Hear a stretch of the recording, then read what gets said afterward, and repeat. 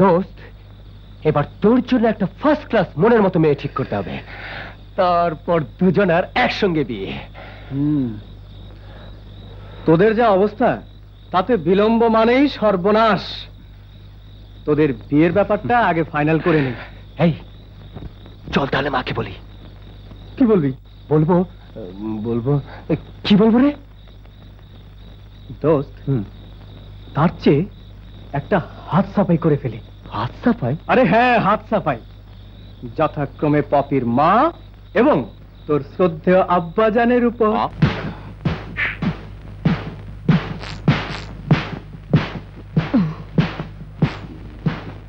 ব্যাস,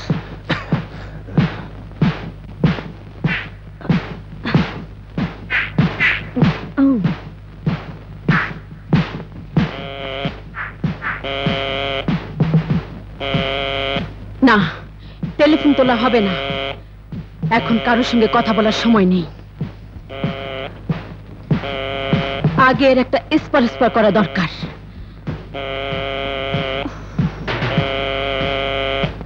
আহা, ধরছে না কেন? আহা, এসব কি করছো? এত ব্যস্ত হয়ে ঝোঁকের মাথায় কিছু না করে একটু ভেবে চিন্তে ঠান্ডা মাথায়। ধরবে না, ধরবে না। এখন আমার এসব টেলিফোন ধরার সময় নেই। আগে আমাকে জরুরি একটা টেলিফোন সেরে নিতে হবে। রেখে দিল।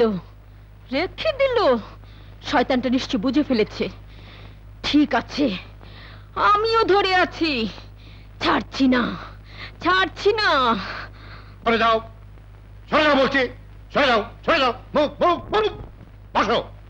আগে আমি টেলিফোন করে মেয়েটাকে সাহায্য করে নেই।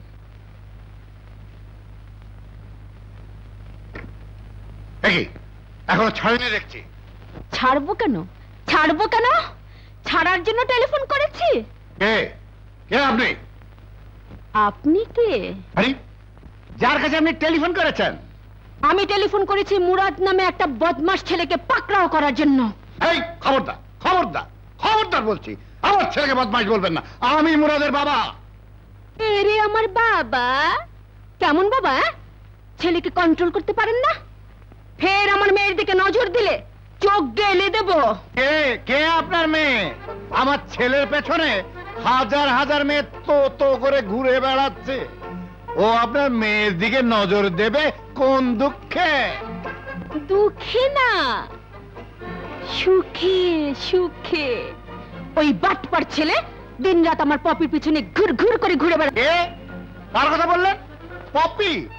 ও, আপনি তাহলে সেই নচ্ছার মেয়ের মা? তা না হলে ভাবে কথা বলবে না। খবরদার, মুখ সামলে কথা বলবেন না। আপনি নিজের মুখ সামলান আর নিজের মেয়েকে সামলান। কি বলবো যে টেলিফোনে আলাপ হচ্ছে, সামনে হলে।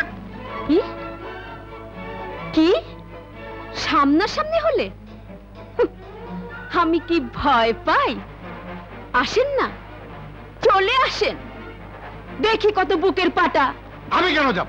আপনি আসেন। আপনি আসেন কি আমার মর্দরে নিজের বাড়িতে কথা বলতে চায়? কেন আসেন? সাহস থাকে তো আসেন। আমার সাহস নেই? ঠিক আছে, কোন বাড়িতে গিয়ে কাজ নেই, চলে আসেন মুক্তাঙ্গনে।